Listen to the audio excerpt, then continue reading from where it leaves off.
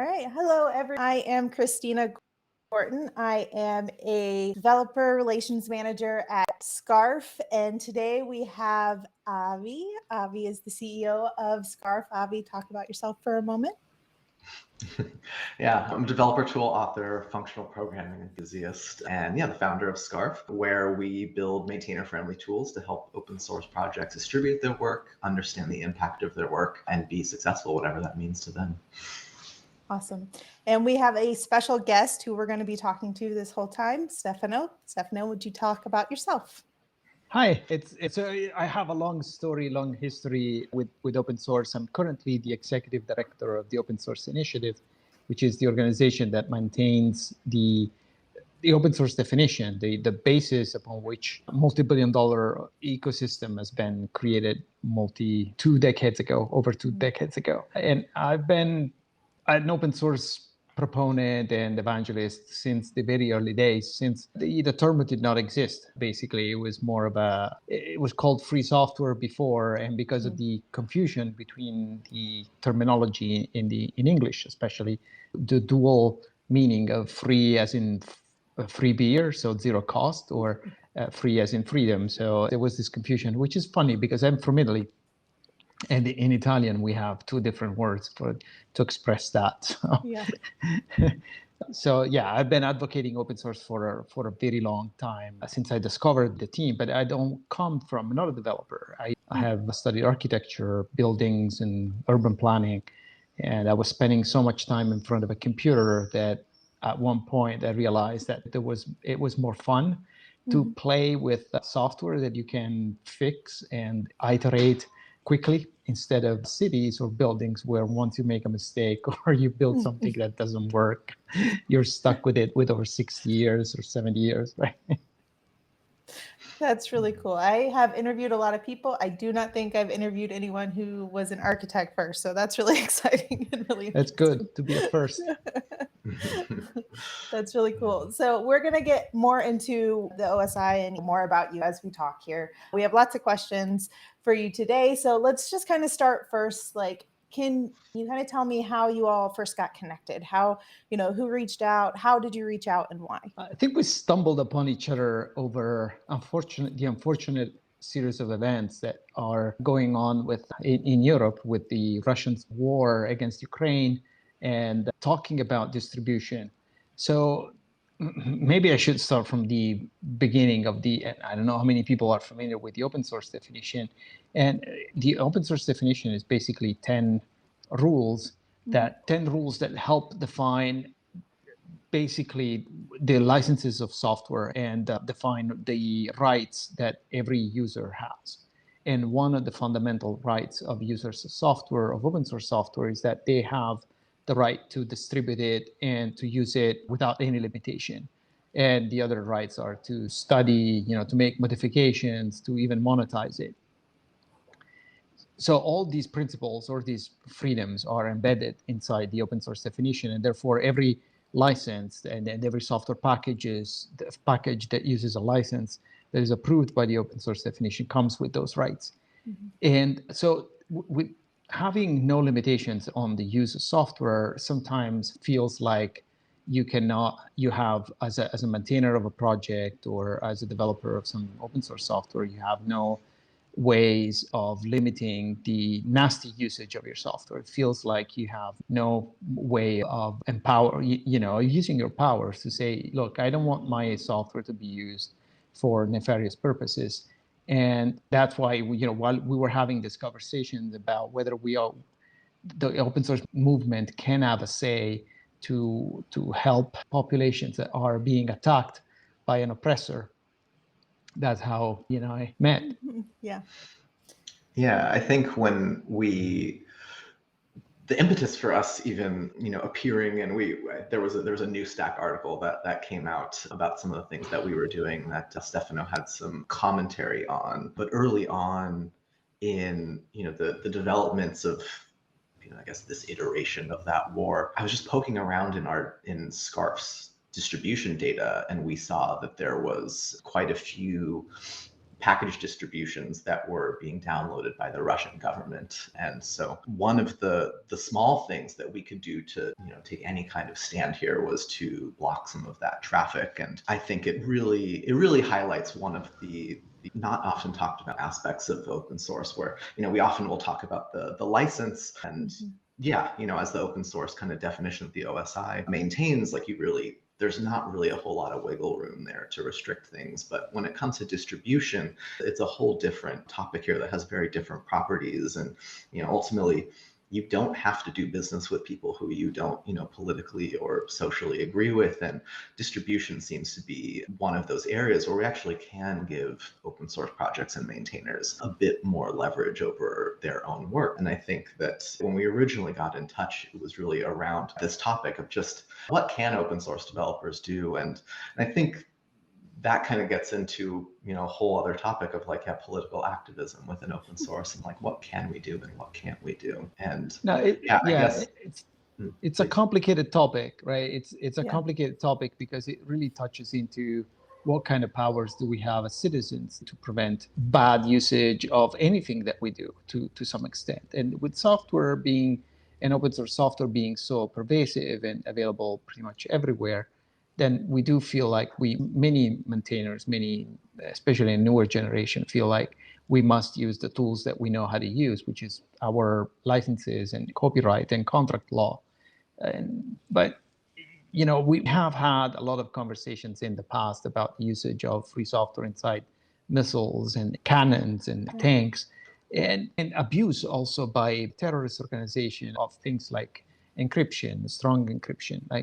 In the early days of the internet, believe it or not, all the cryptographic libraries were subject to export law in the United States because they were considered to be weapons. It took a long time before pretty good privacy, PGP, and the secure socket library, the SSL, to be released in a way that they could be used reliably for commerce online, because it wasn't that way in the very first wave of the internet. So as developers, we know that there is dualism, there's drawbacks. On one hand, you enable dissidents, you enable, with strong encryption, you enable free speech. On the other hand, you also empower terrorist organization to go, behind surveillance. So I think a lot of the conversations that I hear about the role of developers in civil activism is relying on tools that are not really powerful enough, in my opinion. Like contract law or copyright may not be the best place to do, but I welcome experimentation. Even open source is an experiment, if you want. Well, I guess I would want to dig into that a little bit. When you say they're not powerful enough, what do you think are the most, relevant limitations there that you think are important here? Bad actors are not going to obey to the law. So whatever you write in the license, for example, if we're talking about simply in the license, whatever you write in the license, you may not have any way to prevent. So if you say, we don't want this to be used in a weapon, go ask the CIA really to check the source code of the missiles. They're not going to release it, They're not going to tell you what software they're using. And even if you find out, what leverage do you have as an open source maintainer to tell, powerful 3-letter acronym organizations what they can or cannot do? And I mean, it was the same argument that we were using with the encryption. You can say that you don't want the encryption to be used by terrorists, but at the same time, encryption is basically math, and mathematics is available to. So it's a known diffuse knowledge. Someone else will re-implement it. You cannot really prevent it. And by blocking it, you're removing a lot of legitimate usage, which, by the way, that's how we got the internet in the end, because of secure socket libraries that allowed for commerce to explode safely all over the world. Yeah, that's very interesting. Very much agree. Yeah. Yeah, it's an interesting topic and a hard topic, like you both said. I've been an open source community manager and now work with open source at Scarf. And I remember at my previous role, I mean, we had software that wasn't powering missiles or anything, but it did power communities. And something I would talk about with our community success team is, what do we do if someone takes this software, creates some really awful community? There's some bad communities out there. We just felt like there was nothing we could do. And so it was interesting coming to Scarf and seeing how that was used, with at least in part with Scarf finding the information about the government and stopping that. But it is a hard topic to kind of wrap around and figure out when you're working in open. Like, what do you do in this case? Is there anything that we can do? So it's been good to hear both of you talk about that a little bit more. Well, actually, there are things that you can do, right? It's not like you're completely impotent. The approach that Scarf did, the reason why we started chatting with Avi is because if the software cannot be, if you cannot use a license, the open source license prevents you from saying, I don't want this software to be available to the Russian government or the KGB or this, I don't remember the new acronym, or the CIA for what it's worth, or ICE in the United States. What you can do is, for example, not offer to those organizations, or you can pick and choose who you do business with. And, if Scarf delivers a service, you can safely say, you know what, this IPs, addresses that I have clearly identified as sources I don't want to be giving my services to, you're not welcome here. Go away. And speaking of your community software, so recently I stumbled upon this study from this group of researchers led by David Widder, I think, from Carnegie Mellon University. He's fascinated and he studied the deep fakes, the open source software that is capable of creating fake videos of any person based on still images, can simulate them doing things or saying things that they have not done, which is a very, very powerful and very, very dangerous use of AI. Very, very dangerous because, and guess what? It's being abused, and most of its abuse comes from people who are doing revenge porn or fake porn with the face of known actresses or actors, although I'm sure they're all women, the victims. But so this researcher interviewed the community and the developers, wanted to understand how they were dealing with the fact that their software was being abused and how they felt about it. The end result is that most of them, they do acknowledge the problem. They know that the licenses changes will only probably slow down the evolution, but not enough to because the cat is out of the bag for fundamentally. These AI systems are out there, and you cannot really block them, which is the approach that OpenAI is doing. Like, they're hiding their models behind APIs, right? Because too dangerous, too powerful. We don't know what the outcomes are going to be. So the solution that they're adopting, these guys, is that if anybody goes to their forums or their online chat and asks for help to do something that is clearly an abuse or abusive, then so they will ban these people. They will refuse to provide support. Yeah. Which I think, again, going back to being creative and trying to find other ways of not being collaborative. Right? Open source is about collaboration, but you can pick and choose who you collaborate with. Yeah, that's a great example. Right. Yeah. I think the idea of, you don't have to offer services to people that you don't agree with. Like, there's, the code is out there, but there's a lot of services that we kind of think of as really synonymous with open source. Like, you don't have to take a pull request from someone if you don't like what the thing is. And if someone comes to you and says, oh, I have this very nefarious use case, please accept my pull request, that would be crazy. But I think that there's, a lot of other things that are kind of, satellite offerings around an open source project are really similar to that in a lot of ways, like distribution, which we talk about a lot. Because at the end of the day, someone is paying money to keep, artifacts online and, builds to be always, up to date and correct and these kinds of things. And in a lot of ways, that's just as much a service as support or merging pull requests or reviewing code, whatever else it might be. And so I think this is just one other avenue where we have to look at it with the exact same kind of, economics and incentives that are in play here. Yeah. I think we've already Uh, kind of touched on this, but so if either of you have more to add on to this, please do. If not, we can kind of go on to another question. How do you see OSS distribution as playing a role in any facet of OSS, whether that be sustainability, security, or anything from there?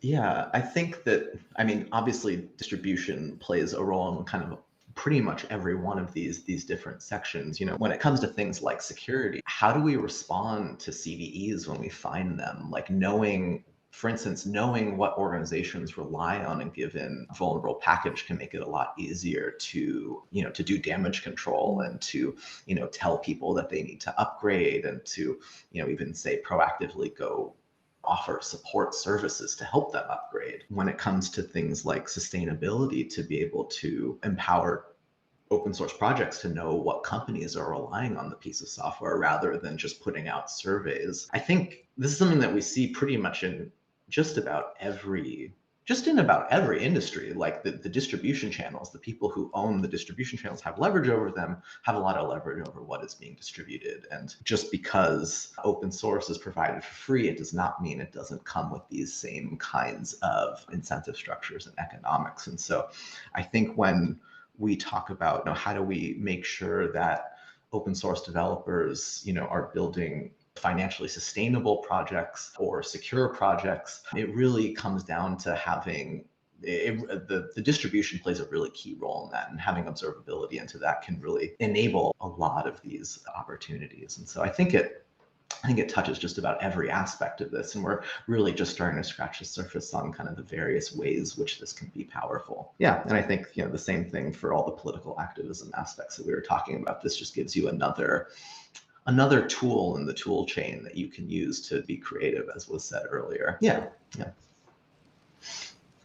Yeah, it made me think about the meaning of the word distribution. To me, has always been associated with the big Linux GNU Linux distribution, like from Debian Canonical. So my mind goes there, and to the availability of these big repositories of package apt or RPM, where you could install that, the prototypes of the app stores, if you want, where that always played the role of making this huge corpus of code bases and source code that were always a little bit too far away from the layman or person to be installed. Like make install, it was always something that I suffered with, and the availability of apt-get to install something so many packages was all fantastic to me. It was always the biggest donation, the biggest gift that I received from the open source community. Yeah, I mean, that was kind of one of the original things that even got me thinking about open source for the first time, was when I first installed Linux, and I can update every program on my computer with one command. That is incredible. And then kind of diving into some of the, the internals of what it was that I was downloading. And yeah, that was the kind of the magic of what really got me started with all of this in the first place, was kind of, my first Linux machine and poking around with it, which I then, broke and then fixed and broke several times. And here we are. Yeah. And I guess that kind of leads into one of the, the next topics here in terms of standards that could potentially exist here. Because I know that, the OSI has been, largely concerned with standards as they relate to licenses, which kind of goes into how we are defining what it means to be open source. But as time continues and kind of the way that we actually ship code to one another becomes increasingly more of an important topic, I'm really curious if you have any thoughts about what kinds of standards, if any, you think should exist in the scope of, open source packaging and open source distribution. There are so many good standards to choose from. But aside, so yes, the open source initiative has been involved in defining the standard of maintaining the standard of what is open source and which licenses stick to that definition.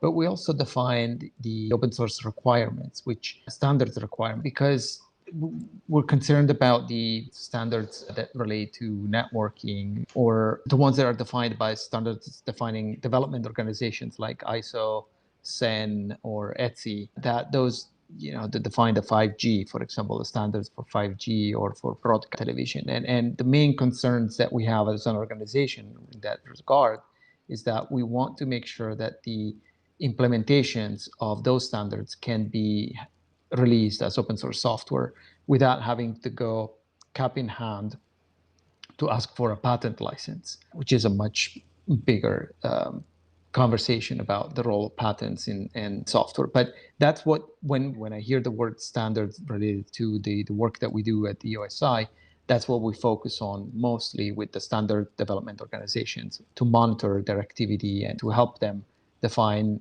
rules so that the standards that get accepted and promoted can be implemented with open source code.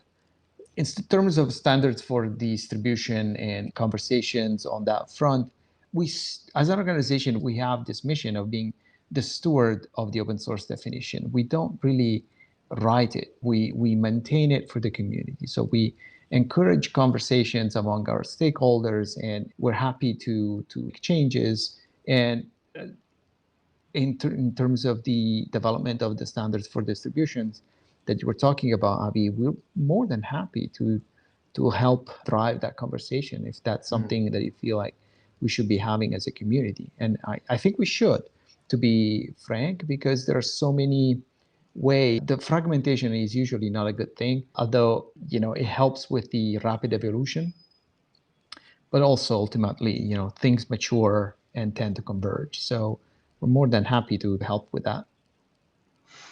Yeah, I think that one of the things that I think really is making this question more pertinent is as open source like the software supply chain security kind of becomes a more important topic of the day, with more and more vulnerabilities and exposures here every week and month, it seems.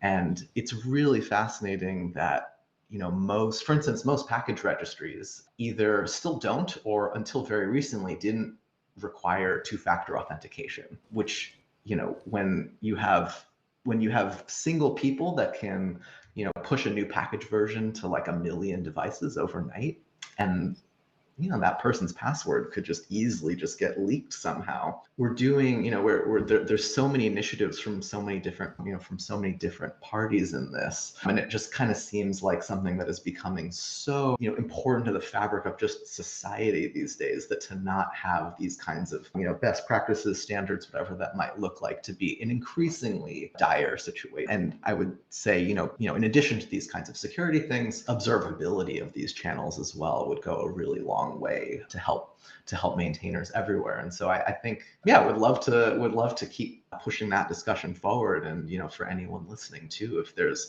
probably dozens and dozens of different criteria that we could have here, whether that is observability, security, or collaboration standards, or whatever that might look like. I think we're really just starting to open this box here. So there are many initiatives. Like one of the most recent ones started by the Linux Foundation, the Open Software Security Foundation, has been active and well funded to start doing some work in that area. In our small area of the OSI, a small organization, in the end, we are trying to stick APIs on top of our list of licenses, so that the organizations like SCARF and others who want to understand whether a package is released with a license that is open approved or not, they can query this API endpoint and get an answer.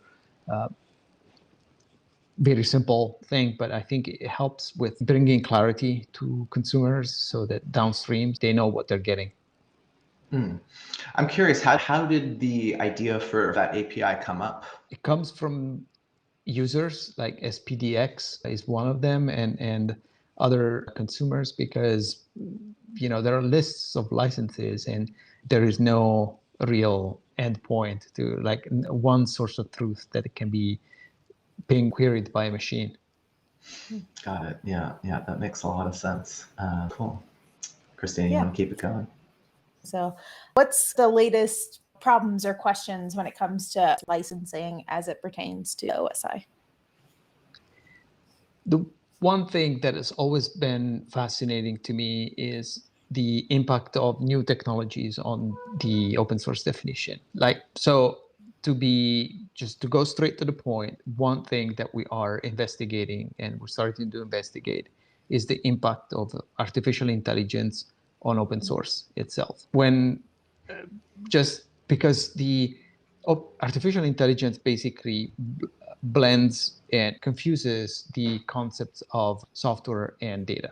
Until you have your computer, your laptop, and your version of LibreOffice or Inkscape, and you're creating your presentations, your pictures, saving them as a file on your folders, on your hard disk.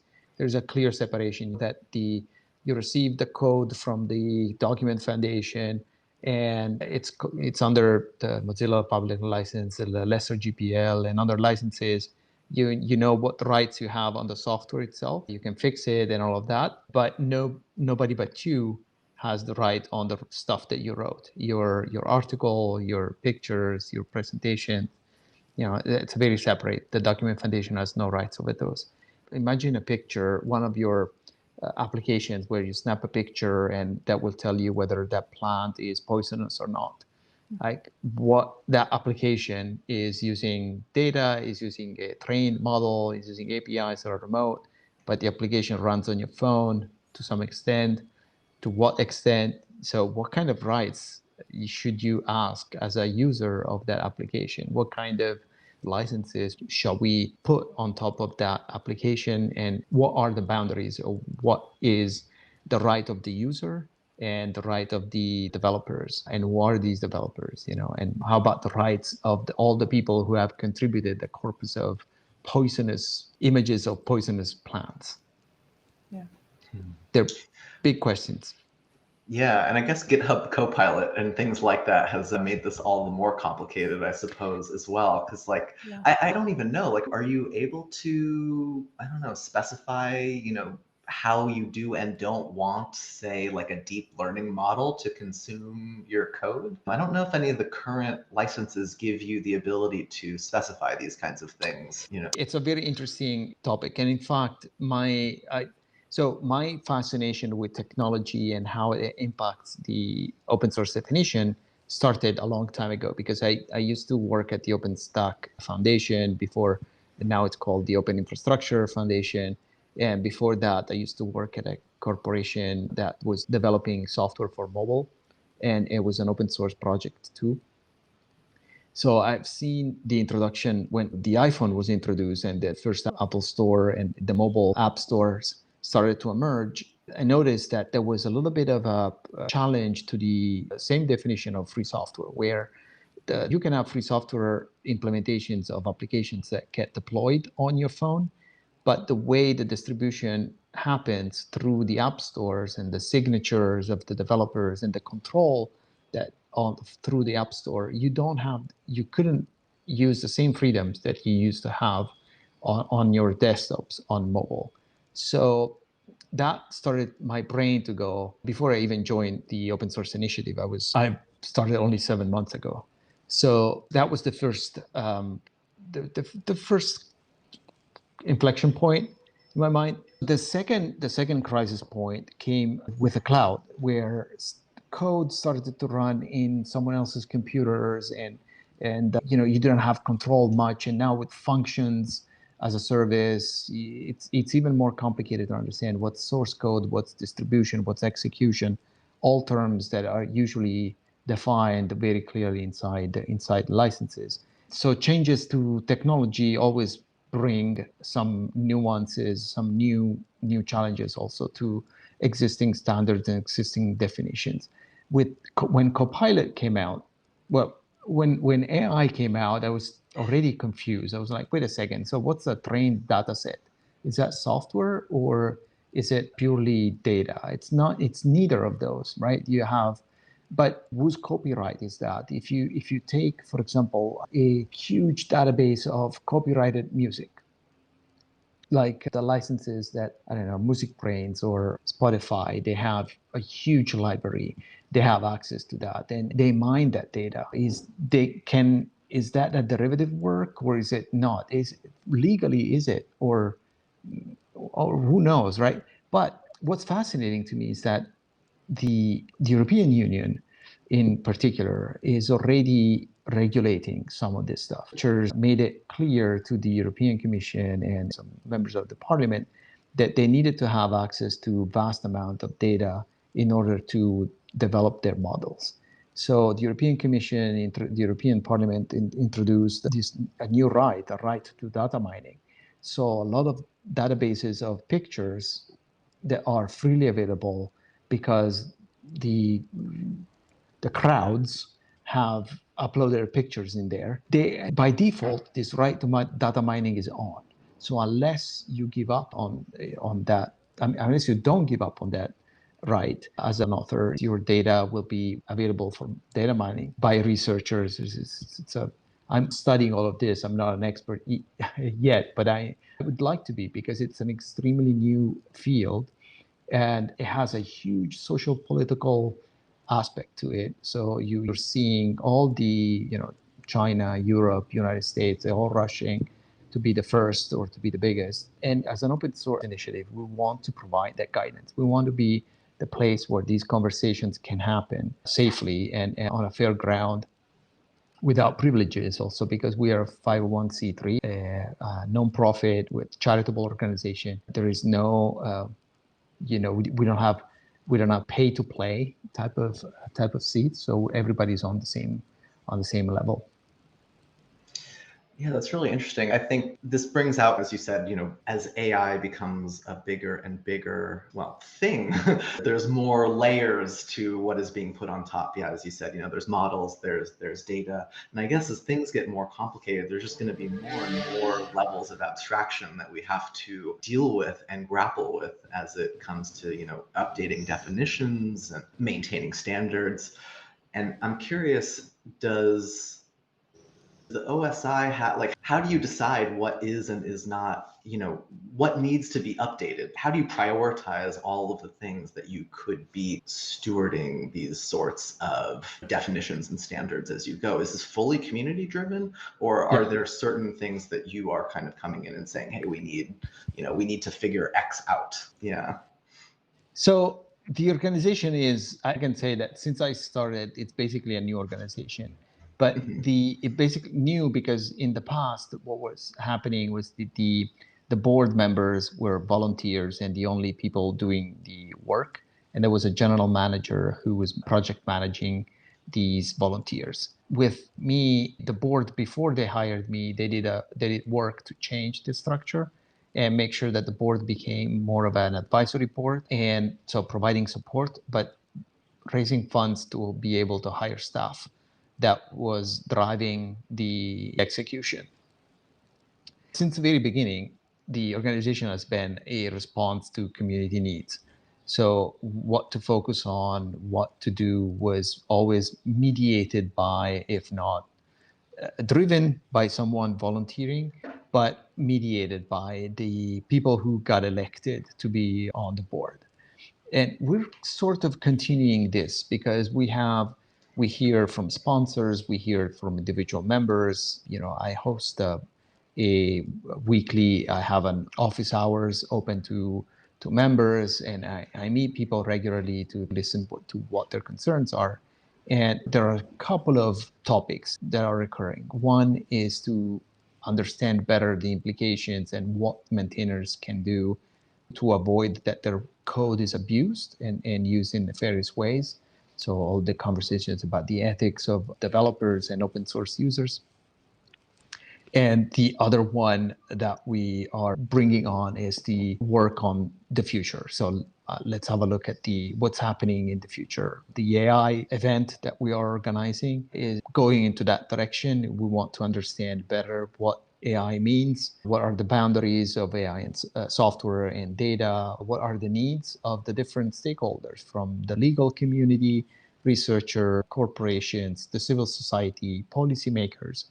What are their concerns? What do they wish for an OpenAI system to be? Because what we want to avoid by looking forward, we want to avoid the having to catch up all the time. Like with mobile, we don't have open source in mobile almost, if not by pure concessions, or really struggling with some. There are some interesting new projects, but they've been really struggling to create an open source system that is suitable for mobile for various different reasons. The same is going with clouds, where there are so many offerings out there, but there is no, like you were saying, standards. Like if you write applications and thinking of deploying them on one cloud. They cannot really be ported on another one without substantial changes. Is that a good thing? Is that a bad thing? We haven't had a comprehensive conversation as a community around that. Yeah, that makes a lot of sense.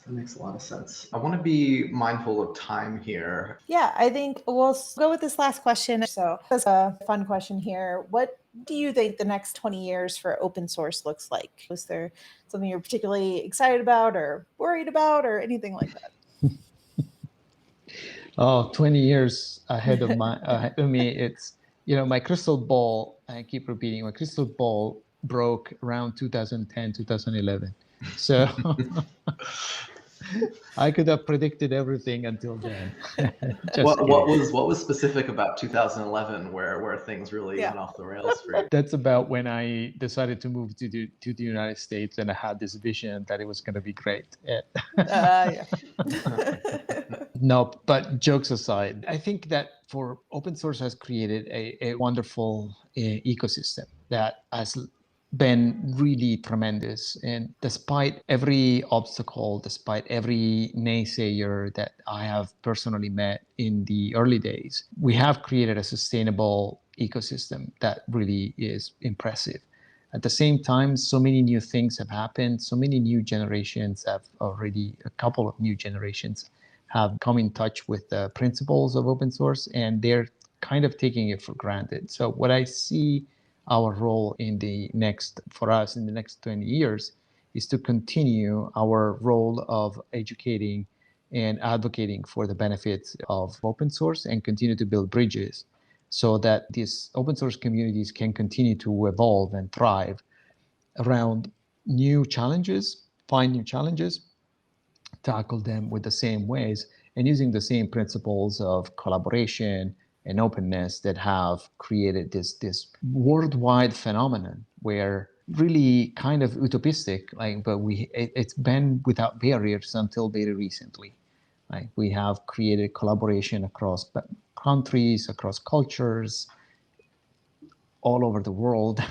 And it's been fantastic. Now we are at a crisis point, and I do feel the pain, but I'm still very optimistic that we will be through it, and we will come out stronger.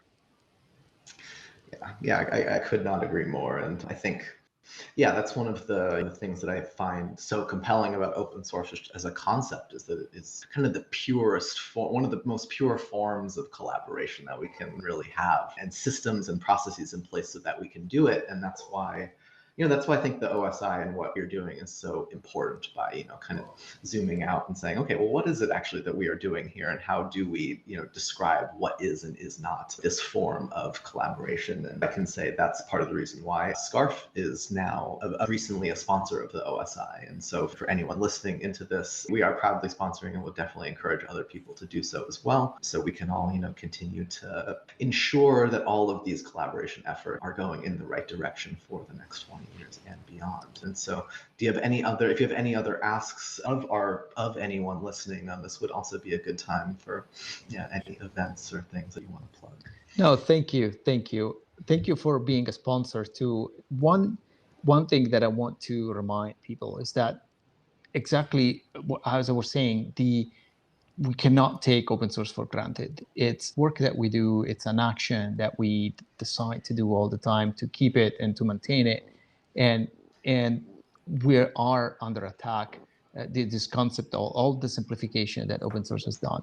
Like the open source initiative has simplified procurement, for example, for software. Like you see the license, you see that comes with the packages that you download from the internet. You see that it's approved by the open source initiative. You know that you can trust the fact that it comes with the rights that you want. And that kind of simplification is under attack for different reasons. People are greedy, or groups have their own interest, and they want to confuse the water. They confuse the term.